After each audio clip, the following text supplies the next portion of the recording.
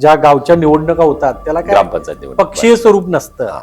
आमचे पॅनल त्या गावामध्ये असतात. मी आमच्या पॅनलचे प्रमुख संगोदाता बोंद्रे म्हणून त्या ठिकाणी होते. ते वयस्कर झाल्यामुळे ते रिटायरमेंट झाले आणि त्यांनी त्याची धुरा त्या पॅनलची माझ्याकडे 2012 साली त्या ठिकाणी दिली. याच्यापूर्वी गावात मोहिते आणि बोंद्रे असा फार मोठा संघर्ष गावात आमच्या या दोन्ही पार्टीमध्ये असायचा आणि अगदी काटावरची सत्ता यायची. म्हणजे 7 त्यांचे असले तर 8 आमचे असायचे, 8 आमचे असले तर 7 त्यांचे असायचे, असं प्रकार आणि त्यातनं संघर्ष मोठा गावामध्ये व्हायचा. मग मला मी सामाजिक जीवनामध्ये काम करत असताना मला त्या गोष्टी आवडल्या नाही. त्यामुळे पोरांचं फ्युचर बर्बाद होणं, पोरं त्यात गुरफटली जाणं, या गोष्टी त्या राजकारणाच्या नादाला लागून व्हायला लागल्या. हे माझ्या लक्षात आलं. मी 2012ला ज्यावेळेस माझ्याकडे या पॅनेलचे संगूदादा बोंद्रे पॅनेल म्हणून जे आमचं त्या गावामध्ये कार्यरत आहे, त्या पॅनेलच्या माध्यमातून त्यांचं नेतृत्व ज्यावेळेस माझ्याकडे आलं त्यावेळेला तर इतिहास निर्माण झाला की आम्ही जे उभा केलेले उमेदवार होते, पहिल्यांदा सरपंच पद लोकांच्या मधनं म्हणजे लोकनियुक्त सरपंच ही पद्धत चालू झाली आणि लोकनियुक्त सरपंच पद्धत चालू झाली. 17 सदस्य आणि एक सरपंच असे 18 जे आम्ही उमेदवार उभे केले होते, ते 18च्या 18 उमेदवार त्या ठिकाणी निवडून आले. एक इतिहास झाला. म्हणजे इतकं चांगलं काम आम्ही मागच्या 5 वर्षात, म्हणजे विरोध संपला बऱ्यापैकी, कमी करण्यामध्ये तुमचा मोलाचा मोठा. आणि त्यामुळं काय झालं, गावातला संघर्ष फार मोठ्या प्रमाणात कमी झाला आणि आम्ही या निवडणुकीमध्ये चांगलं योगदान भारतीय जनता पार्टीला आम्ही त्या ठिकाणी दिलं, चांगलं मताधिक्य दिलं, चांगले लीड दिलं. त्यामुळे भारतीय जनता पार्टीमध्ये माझा शब्द म्हणजे अगदी मानला जायचा आणि मी जे काय काम सांगितलं ते पटदिशी माझं काम व्हायचं. त्यामुळे गावामध्ये प्रचंड प्रमाणात विकास कामे चालू झाली गावामध्ये. मी पहिल्यांदा आमच्या गावामध्ये महादेवाचं मंदिर आहे पुरातन, त्याला ब वर्ग पर्यटन तीर्थक्षेत्राचा दर्जा घेतला. आमचं हरिपूरमध्ये 2 नद्यांचा संगम आहे, कृष्णे वारणेचा, त्याला सुद्धा पर्यटनाचा ब वर्गाचा दर्जा घेतला आणि जास्त मोठ्या प्रमाणात त्या तीर्थक्षेत्राच्या आणि पर्यटन क्षेत्राच्या माध्यमातून गावामध्ये निधी उपलब्ध करून देऊन कोटी रुपयाची कामं मी गावामध्ये त्या 5 वर्षाच्या काळामध्ये मी केली. नमस्कार मित्रांनो, जिल्हा परिषद आणि पंचायत समिती सार्वत्रिक निवडणूक 2026 याचं वारं वाहू लागलेलं आहे. अनेक जण यामध्ये इच्छुक आहेत, पण खऱ्या अर्थानं जी चांगली माणसं आहेत ती सुद्धा यामध्ये येऊ इच्छितात. आणि अशीच एक मुलाखत आम्ही आज आपणापुढे घेत आहोत. ते म्हणजे सांगली जिल्हा भाजपाचे उपाध्यक्ष म्हणून ज्यांनी काम केलं, भाजपाचे सरचिटणीस म्हणून ज्यांनी काम केलं आणि गेल्या 15 वर्षामध्ये हरिपूरचा ज्यांनी कायापालट केलेला आहे, करोडो रुपयांचा निधी आणून हरिपूर गावचा विकास केलेला आहे, ते म्हणजे अरविंद भाऊ गोविंद तांबेकर. मित्रांनो, एक स्वच्छ प्रतिमा असलेला एक अभ्यासू नेता म्हणून ज्यांची ओळख आहे आणि ज्यांनी युवकांसाठी, महिलांसाठी, शिक्षणासाठी अनेक उपक्रम हाती घेतलेले आहेत आणि या हरिपूर गावचा कायापालट केलेला आहे. तर हाच कायापालट कशा पद्धतीने हा समडोळी गटापर्यंत जाईल हेच आजच्या मुलाखतीच्या माध्यमातून आपण घेऊया. एक अभ्यासू आणि स्वच्छ प्रतिमा असलेला नेता म्हणजे अरविंद भाऊ तांबेकर. नमस्कार सर. नमस्कार भाऊ. एक आज आपलं नाव आहे, गेल्या 14 वर्षामध्ये भाजपाच्या माध्यमातून आपण अनेक विकास कामे आणि सामाजिक राजकीय या माध्यमातून तुम्ही केलेले आहेत. तर हे सर्वच आपल्या प्रेक्षकांना इथे जाणून घ्यायचं आहे. तर प्रथम तुमचे एक सामाजिक कामांची पार्श्वभूमी काय सांगा? आम्ही गेले 10-15 वर्ष भारतीय जनता पार्टीच्या माध्यमातून हरिपूरमध्ये काम करतोय. अच्छा. या हरिपूरमध्ये अरविंद भाऊ युथ फाउंडेशन म्हणून आम्ही एक फाउंडेशन काढलेलं आहे आणि या माध्यमातून आमच्या गावामध्ये पाण्याचं 2 नद्या असल्यामुळं पाण्याचं संकट पुराचं नेहमी 1-2-3 वर्षाला येतच राहतंय. त्या पुराच्या संकटामध्ये त्या लोकांना जागृत करून त्यांना सांगलीसारख्या ठिकाणी शिफ्ट करणं, दिलासा देणं, सहारा देणं, त्यांना बाकीच्या सोयी सुविधा उपलब्ध करून त्यांना देणं, त्याचबरोबर कोरोनासारख्या काळामध्ये प्रबोधन करणं आणि गावातील लोकांना दिलासा देण्याचं काम आमच्या या फाउंडेशनच्या माध्यमातून केलं गेलं आजपर्यंत.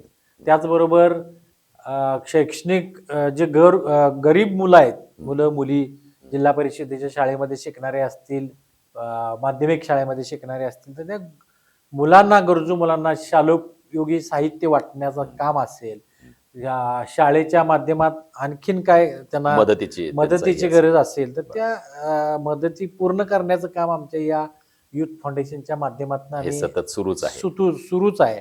त्याचबरोबर आम्ही सांगलीमध्ये सुखरूप नागरी सहकारी पतसंस्था म्हणून गेली 20 वर्ष आम्ही त्या संस्थेचा चेअरमन आहे. त्या संस्थेच्या माध्यमातून आमच्या गावामध्ये ट्रक आणि वीट व्यवसाय फार पूर्वीपासून चालत आलेला आहे. ह्या नवीन जी मुलं आहेत त्यांना ते फायनान्स सहजासहजी उपलब्ध होत नाही, तर ते उपलब्ध करून देऊन त्यांना त्या व्यवसायामध्ये गुंतवण्याचं, जेणेकरून व्यसनाधीन किंवा व्यसनाकडे न वळता आपल्या उद्योगाकडे वळावं, हा एक उद्देश डोळ्यासमोर. आर्थिक पाठबळ तुम्ही चांगलं त्यांना दिले, पाठबळ देण्याचं काम आम्ही या संस्थेच्या माध्यमातून आजपर्यंत करत आलेलो आहे. खूप छान भाऊ, म्हणजे सामाजिक कामं तुमची भरपूर आहेत म्हणायची. आता तर राजकीय प्रवासाबद्दल काय सांगणार? नेमकं राजकारणामध्ये आपल्याला कशा पद्धतीने आपली एंट्री झाली? मी एक सर्वसामान्य कुटुंबातला मुलगा आहे. अच्छा. माझे वडील हरिपूरमध्ये सरपंच म्हणून त्यांनी काम केलेलं आहे. अरे वा. शालेय जीवनापासूनच मला त्या समाजकारणाची आवड होती. मग युवकांचं संघटन करण्याचं काम मी गावामध्ये केलं. चांगलं युवकांचं संघटन त्या ठिकाणी झालं आणि महाविद्यालयीन शिक्षण शिकत असतानाच एक आमच्या प्रभागातले, वार्डातले एक जाधव म्हणून आमचे ग्रामपंचायत सदस्य होते, ते ऍक्सिडेंट मध्ये एक्सपायर झाल्याने पोटनिवडणूक त्या ठिकाणी लागली. त्यावेळी या माझ्या भागातल्या युवकांनी आग्रह केला की बाबा तुम्ही ग्रामपंचायतला निवडणुकीला उभं राहिलं पाहिजे, सदस्य म्हणून ग्रामपंचायत मध्ये काम केलं पाहिजे. साधारण 95च्या आसपासची घटना असेल, तेव्हा त्या पोटनिवडणुकीमध्ये मी पहिल्यांदा त्या मुलांच्या आग्रहाखातर उभारलो आणि त्या ठिकाणी निवडून येऊन एक 2 वर्षाचा जो मला पिरियड मिळाला त्या पिरियडमध्ये चांगल्या पद्धतीचं काम केलं. तेव्हापासून माझी एक राजकीय नेता म्हणून पण त्या गावामध्ये ओळख निर्माण व्हायला चालू झाली.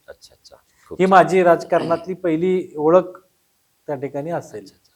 म्हणजे राजकारणाचा वारसा तुम्ही परत पुढे चालवला गेला. खूप छान भाऊ, म्हणजे आपल्याला ग्रामपंचायतीचा अनुभव अतिशय चांगला आहे. राजकीय पार्श्वभूमी अतिशय चांगली आणि त्या पार्श्वभूमीचं नक्कीच तुम्ही सोनं केलेलं आहात. तर भाऊ, आता समडोळी जिल्हा परिषद गटातून आपण उभे राहणार आहात, तर काय उद्देश आपण ठेवलेला आहे ही निवडणूक लढवण्यामागे? मी 2012ला आमचे ज्या गावच्या निवडणुका होतात त्याला काय ग्रामपंचायत पक्षीय स्वरूप नसतं. आमचे पॅनल त्या गावामध्ये असतात. मी आमच्या पॅनलचे प्रमुख शंभूदादा बोंद्रे म्हणून त्या ठिकाणी होते. ते वयस्कर झाल्यामुळे ते रिटायरमेंट झाले आणि त्यांनी त्याची धुरा त्या पॅनलची माझ्याकडे 2012 साली त्या ठिकाणी दिली. याच्यापूर्वी गावात मोहिते आणि बोंद्रे असा फार मोठा संघर्ष गावात आमच्या या दोन्ही पार्टीमध्ये असायचा आणि अगदी काटावरची सत्ता यायची. म्हणजे 7 त्यांचे असले तर 8 आमचे असायचे, 8 आमचे असले तर 7 त्यांचे असायचे, असं प्रकार आणि त्यातनं संघर्ष मोठा गावामध्ये व्हायचा. मग मला मी सामाजिक जीवनामध्ये काम करत असताना मला त्या गोष्टी आवडल्या नाही. त्यामुळे पोरांचं फ्युचर बर्बाद होणं, पोरं त्यात गुरफटली जाणं, या गोष्टी त्या राजकारणाच्या नादाला लागून व्हायला लागल्या. हे माझ्या लक्षात आलं. मी 2012ला ज्यावेळेला माझ्याकडे या पॅनेलचे शंभूदादा बोंद्रे पॅनेल म्हणून जे आमचं त्या गावामध्ये कार्यरत आहे, त्या पॅनेलच्या माध्यमाचं त्यांचं नेतृत्व ज्यावेळी माझ्याकडे आलं त्यावेळी मी पहिल्यांदा त्या गावामध्ये ज्या ग्रामपंचायतीच्या निवडणुका लागल्या त्यावेळी मी अतिशय विचारपूर्वक जी लोक या पॅनेल मधनं चांगली कशी निवडून येतील, म्हणजे चांगले लोक तुम्ही घेतले, निवडून कशी येतील असे उमेदवार मी त्या ठिकाणी देण्याचा प्रामाणिकपणाने प्रयत्न केला. आणि त्यावेळेला पहिल्यांदा असं झालं ग्रामपंचायत मध्ये की एखाद्या पार्टीच्या 10 सीटा त्या ठिकाणी निवडून येतील आल्या पहिल्यांदा, आणि त्या निवडणुकीमध्ये संघर्ष झाला नाही. एकतर्फी झाली. आजपर्यंत आमची निवडणूक कुठली असो ते त्याला हाणामारीची भांडणाची पार्श्वभूमी असायची. बरोबर. ते आम्ही टाळण्याचा प्रयत्न त्या ठिकाणी पहिल्यांदा केला आणि ते चांगलं यश आम्हाला त्या ठिकाणी त्या ग्रामपंचायतीच्या माध्यमातून मिळालं. ती माझी खरी तिथनं माझी त्या सुरुवात त्या ठिकाणी झाली. आणि त्या आल्यानंतर त्या संपूर्ण 5 वर्षाच्या काळामध्ये 2012ला आमची ती निवडणूक झाली. योगायोगानं 2014ला भारतीय जनता पार्टीतर्फे संजय काका पाटील ते उमेदवार म्हणून आम्हाला मिळाले. ते चांगल्या फरकाने त्या ठिकाणी निवडून आले. त्यानंतर 2014च्या एंडला सुधीर दादा गाडगीळ आम्हाला त्या ठिकाणी आमदार म्हणून आम्हाला त्या ठिकाणी मिळाले. आणि खऱ्या अर्थानं आमच्या गावाचा विकास व्हायची सुरुवात त्या ठिकाणी झाली. आणि आम्ही या निवडणुकीमध्ये चांगलं योगदान भारतीय जनता पार्टीला आम्ही त्या ठिकाणी दिलं, चांगलं मताधिक्य दिलं, चांगले लीड दिलं. त्यामुळे भारतीय जनता पार्टीमध्ये माझा शब्द म्हणजे अगदी मानला जायचा. आणि मी जे काय काम सांगितलं ते पटदिशी माझं काम व्हायचं. त्यामुळे गावामध्ये प्रचंड प्रमाणात विकास कामे चालू झाली गावामध्ये. मी पहिल्यांदा आमच्या गावामध्ये महादेवाचं मंदिर आहे पुरातन, त्याला ब वर्ग पर्यटन तीर्थक्षेत्राचा दर्जा घेतला. आमचं हरिपूरमध्ये 2 नद्यांचा संगम आहे, कृष्णे वारणेचा, त्याला सुद्धा पर्यटनाचा ब वर्गाचा दर्जा घेतला. आणि जास्त मोठ्या प्रमाणात त्या तीर्थक्षेत्राच्या आणि पर्यटन क्षेत्राच्या माध्यमातून गावामध्ये निधी उपलब्ध करून देऊन कोटी रुपयाची कामं मी गावामध्ये त्या 5 वर्षाच्या काळामध्ये मी केली. आणि त्यानंतर 2017ला परत एकदा इलेक्शन आमची ग्रामपंचायतीची लागली. त्यावेळेला तर इतिहास निर्माण झाला की आम्ही जे उभा केलेले उमेदवार होते, पहिल्यांदा सरपंच पद लोकांच्या मधनं म्हणजे लोकनियुक्त सरपंच ही पद्धत चालू झाली. आणि लोकनियुक्त सरपंच पद्धत चालू झाली. 17 सदस्य आणि एक सरपंच असे 18 जे आम्ही उमेदवार उभे केले होते, ते 18च्या 18 उमेदवार त्या ठिकाणी निवडून आले. एक इतिहास झाला. म्हणजे इतकं चांगलं काम आम्ही मागच्या 5 वर्षात, म्हणजे विरोध संपला बऱ्यापैकी, कमी करण्यामध्ये तुमचा मोलाचा वाटा. आणि त्यामुळं काय झालं, गावातला संघर्ष फार मोठ्या प्रमाणात कमी झाला. आणि मुलं आमची गावातली त्या व्यवसायाच्या माध्यमामध्ये रमून जायला लागली. अशा पद्धतीनं ती खऱ्या अर्थानं ती सुरुवात आमची त्या ठिकाणी गावातला युवक अगदी चांगल्या पद्धतीने काम करू लागला. खूप छान भाऊ. तरी पण भाऊ आता आपल्या हरिपूरचा तर विकास झालेला आहे आणि मोठ्या प्रमाणामध्ये तुम्ही निधी आणला, चांगला विकास करत आहात. तर आपला जो आता समडोळी मतदारसंघ आहे, तर समडोळी मतदारसंघाचे असे कोणते प्रश्न आहेत जे प्रलंबित आहेत आणि तुम्हाला सोडवायचे आहेत? आता हे भारतीय जनता पार्टीचं काय आहे, भारतीय जनता पार्टीचं सरकार आल्यानंतर मोठ्या प्रमाणात निधी ग्रामपंचायतीला वर्ग व्हायला लागले. अगदी बरोबर. 14 वित्त आयोग असेल, 15 वित्त आयोग असेल. त्यामुळं गावातील लोकांना आणि ते गावातील सदस्यांना आणि सरपंचांना काम करण्याचा मोठा स्कोप त्या ठिकाणी निर्माण झाला. त्यांना कळाला ज्या गरजेच्या वस्तू आहेत, म्हणजे जिथं रस्ता करणं गरजेचंच आहे तिथं रस्ते झाले, जिथं गटारी करणं गरजेचं आहे तिथं गटारी झाल्या. ज्या खरोखरच्या ज्या गरजा आहेत त्याच्या 14 वित्त आयोग 15 वित्त आयोगाच्या माध्यमातून पूर्ण व्हायला लागल्या. त्यामुळं ही गावं आमची म्हणजे समडोळी असेल, हरिपूर असेल, माझ्या मतदारसंघात आता जिल्हा परिषद अंकली असेल, इनामधामणी असेल, जुनी धामणी असेल, ढवळे असेल, ही गावं शहराच्या जवळची गावं आहेत.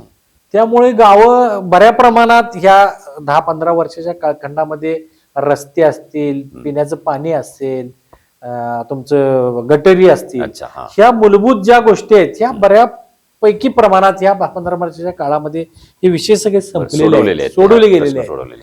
त्यामुळे येणाऱ्या काळामध्ये आता काय आहे, ह्या फक्त पूर्वी काय आता काळ बदलत चाललाय. पूर्वी काय असायचं, रस्ते, गटरी आणि पिण्याच्या पाण्याच्या प्रश्नावर निवडणूक लढवल्या जायच्या. पण आता जर बघितलं आपण तर शासनाच्या अनेक योजना आहेत. महाराष्ट्र शासनाच्या असतील, केंद्र शासनाच्या असतील, या योजनेचा लाभ शेवटच्या घटकापर्यंत कसा मिळेल यासाठी आम्ही आता सातत्यानं त्या ठिकाणी प्रयत्न करतोय. महिलांच्यासाठी काही योजना असतील, युवकांच्यासाठी काही योजना असतील, ज्या शासकीय योजना आहेत त्या आणण्याचा प्रयत्न करून ते शेवटच्या माणसापर्यंत कशा पोहोचतील यासाठी आता प्रयत्न करणं गरजेचं आहे. जिल्हा परिषदेच्या शाळा असतील तर त्या शाळा आता डिजिटल, आम्ही आता आमच्या गावातल्या शाळा डिजिटल स्कूल सुरू केलेले आहे.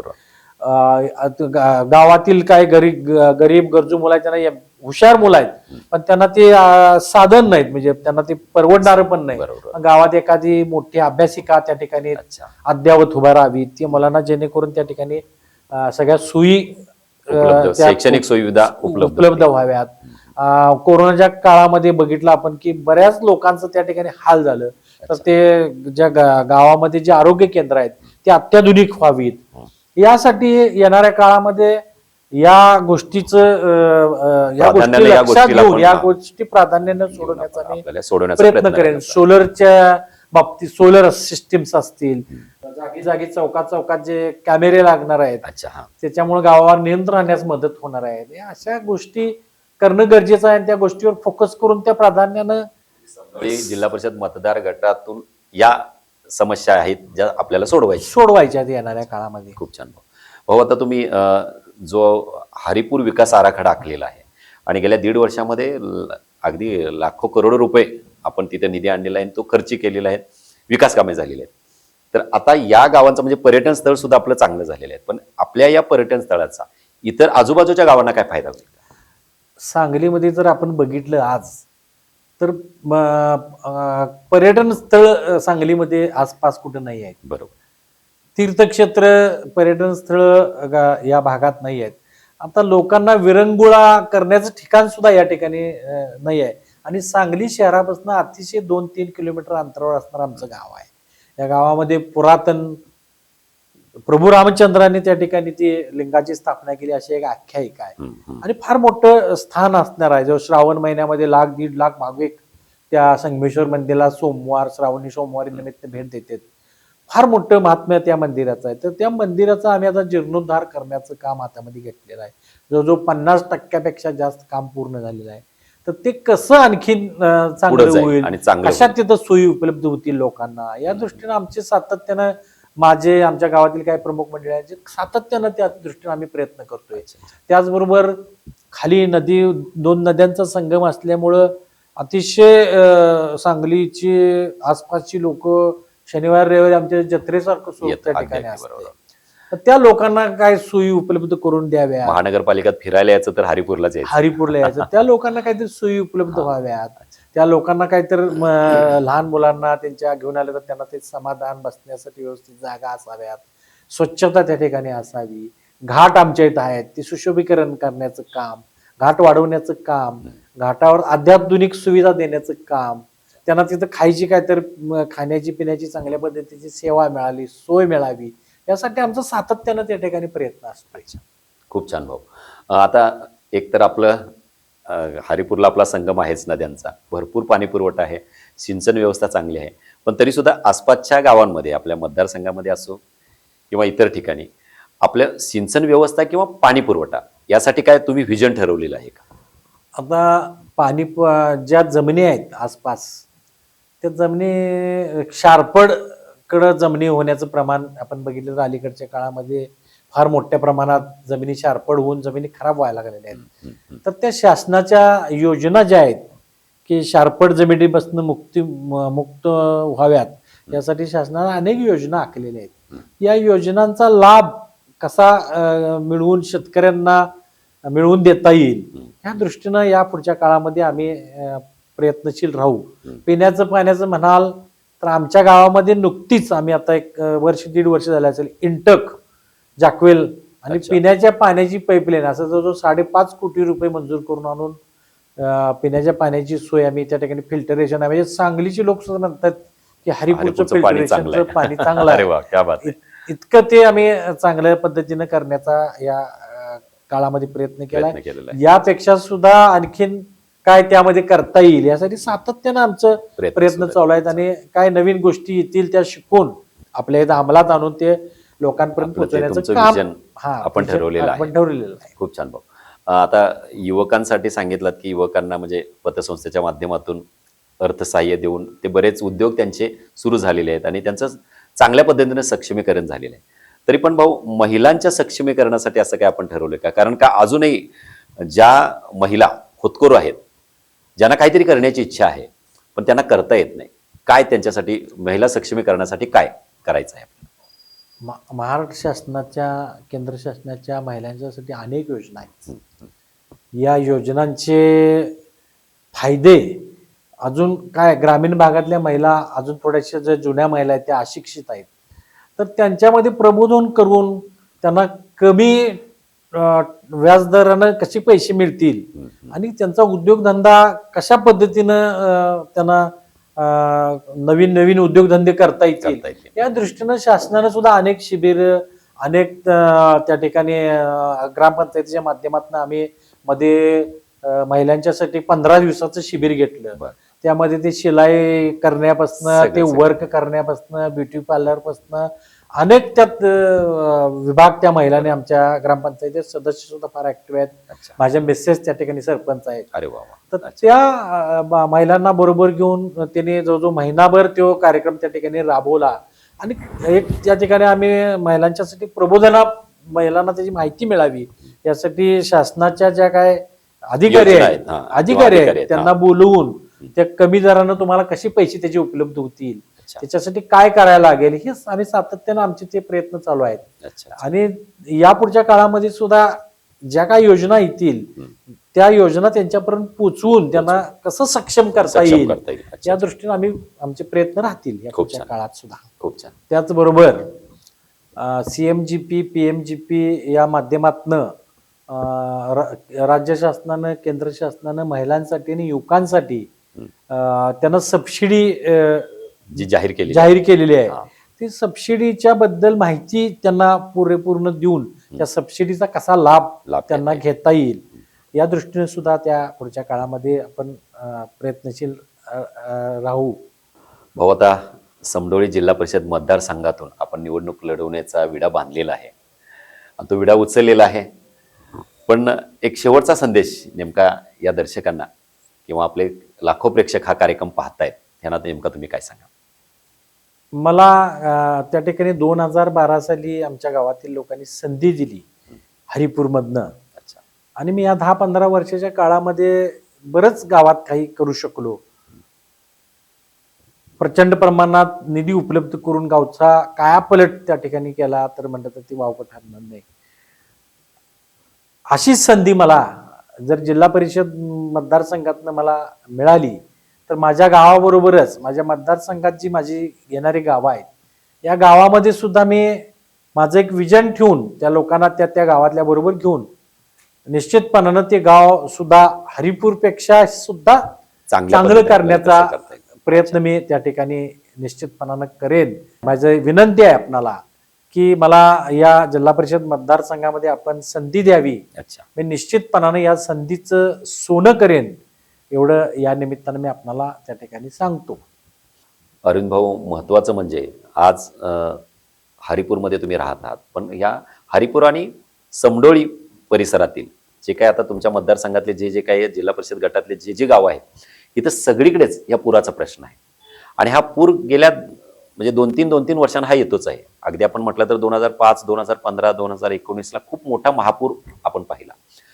आणि महापूर म्हटलं की जवळजवळ सगळं घर आणि घर सगळं नासधूस होत असते. अगदी अन्नधान्यापासून घराची सुद्धा भिंतीची सुद्धा पडझड होत असते. यातून तुम्ही सावरत आहात आणि तुमचं हरिपूर गाव मात्र प्रत्येक वेळेला नव्या उमेदीने हा उभा राहतोय. पण या गावासाठी आणि एकूणच तुमच्या समडोळी परिसरातील सगळ्याच गावांसाठी कशा पद्धतीने आपण या पुरामध्ये लोकांना सावरण्याचं काम केलेलं आहे?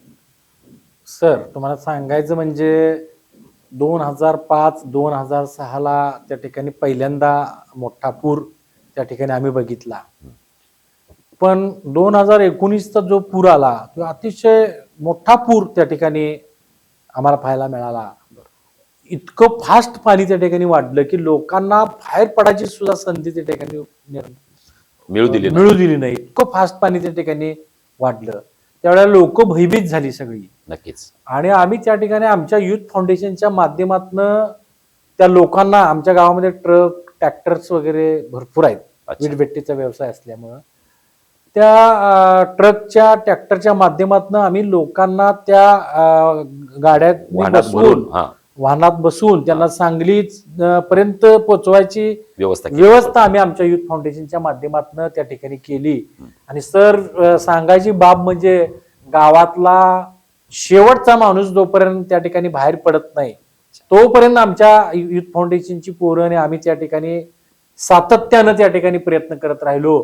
आणि पूर्ण मला अभिमान आहे माझ्या गावातील लोकांचा की त्या लोकांनी सुद्धा आम्हाला इतकी साथ दिली आणि आम्ही जे आव्हान त्यांना केलं ते आव्हान त्यांनी आमचं जे आम्ही सांगितलं ते पूर्णपणे लगेच त्यांनी मान्य करून आम्ही जे त्यांना सूचना देईल त्याप्रमाणे ती लोक त्या ठिकाणी ऐकत राहिली.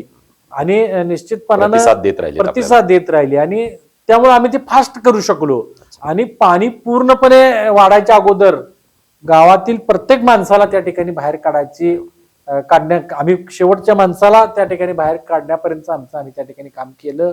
आणि पूर परिस्थिती गेल्यानंतर सुद्धा आमच्या गावातील लोकांनी बाकीच्या ज्या काही गोष्टी असतात, काही रोगराई असेल, आणखीन त्यातनं आणि समस्या उद्भवतात, पण इतक्या लोकांनी आम्हाला त्या गावातल्या साथ दिली, इतकी साथ दिली की ते गाव, मला वाटतं जे पूर आलेली गावं असतील त्या गावामध्ये पहिलं गाव असेल आमचं की ज्या ठिकाणी स्वच्छता झाली, तुम्ही पूर्णपणे केली. आणि पुराची जी मदत आहे ती मी शासनाबरोबर कायम सातत्यानं आम्ही भांडून त्यांच्याकडे तक्रारी करून हे करून त्या पुराची जी मदत शेवटच्या माणसांपर्यंत कशी मिळेल अशा व्यक्तीपर्यंत पोहोचवण्याचं आम्ही त्या ठिकाणी पारदर्शकपणे काम त्या ठिकाणी करून त्या लोकांना मदत मिळवून देण्याचं सुद्धा काम आमच्या माध्यमातून आम्ही त्या ठिकाणी केलं. खूप छान भाऊ. आता तुमची मदत हरिपूरला होतेच आहे, पण खऱ्या अर्थानं हरिपूर सोबत तुमच्या समडोळी जिल्हा परिषद गटातील सगळ्याच गावांना व्हावी ही सुद्धा आम्हाला या ठिकाणी म्हणजे अशी अपेक्षा वाटते आहे.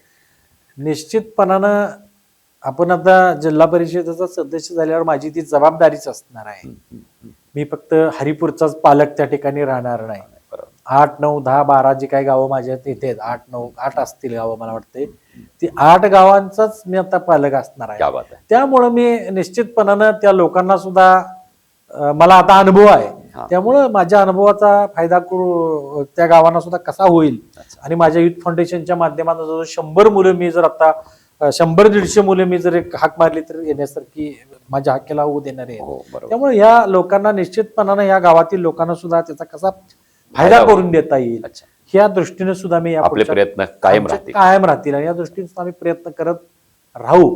त्याचबरोबर मी तुम्हाला या निमित्तानं सांगतो की येणाऱ्या काळामध्ये या जिल्हा परिषदेच्या माध्यमातून आम्ही सातत्यानं या गोष्टीवर काहीतरी कायमस्वरूपी फोकस आपला राहील. ही पूरस्थिती आमची जी आहे ही कायमस्वरूपी कशी संपेल यावर काय मार्ग काढता येईल यासाठी सातत्यानं प्रयत्न करून शासन दरबारी प्रयत्न करून निश्चितपणानं प्रश्न आपण मांडत राहून त्यातनं मार्ग काढण्याचा निश्चितपणानं प्रयत्न करू. आमचं भारतीय जनता पार्टीचं सरकार वरती आहे केंद्रामध्ये, भारतीय जनता पार्टीचं सरकार आमचं खाली आहे, आमदार आमचे आहे, त्यामुळं काय यांच्या अडचण येणार नाही. निश्चितपणाने हा प्रश्न प्राधान्यानं मी हा प्रश्न सोडवण्याचा प्रयत्न करेन. खूप छान. तर भाऊंचं म्हणजे अरविंद भाऊंचं नाव आम्ही ऐकलेलं आहे की जोपर्यंत सगळा गाव या पुरातून बाहेर पडत नाहीत तोपर्यंत भाऊ इथंच असायचे.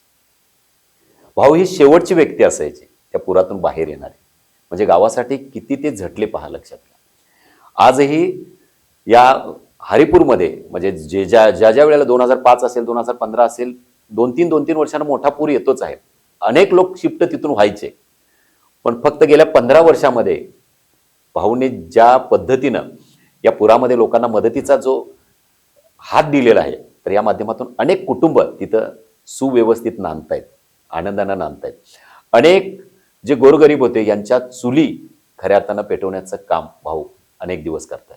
कारण अनेक युवकांना त्यांनी रोजगार दिलेला आहे, पतसंस्थेच्या माध्यमातून त्यांनी आर्थिक भार दिलेला आहे, आर्थिक सहाय्य केलेलं आहे.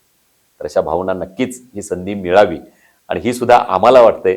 आणि भाऊ नक्कीच जे तुमचं काम आहे या माध्यमातून हे मतदार बंधू, मतदार भगिनी हे नक्कीच तुमच्या पाठीचे राहतील.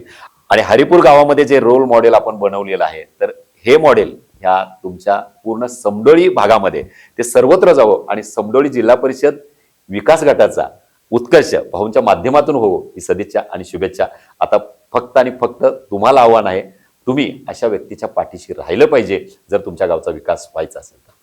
धन्यवाद भाऊ, आपण वेळेत वेळ काढून इथं उपस्थित झालात त्याबद्दल आपलं मनपूर्वक हार्दिक धन्यवाद आणि आभार.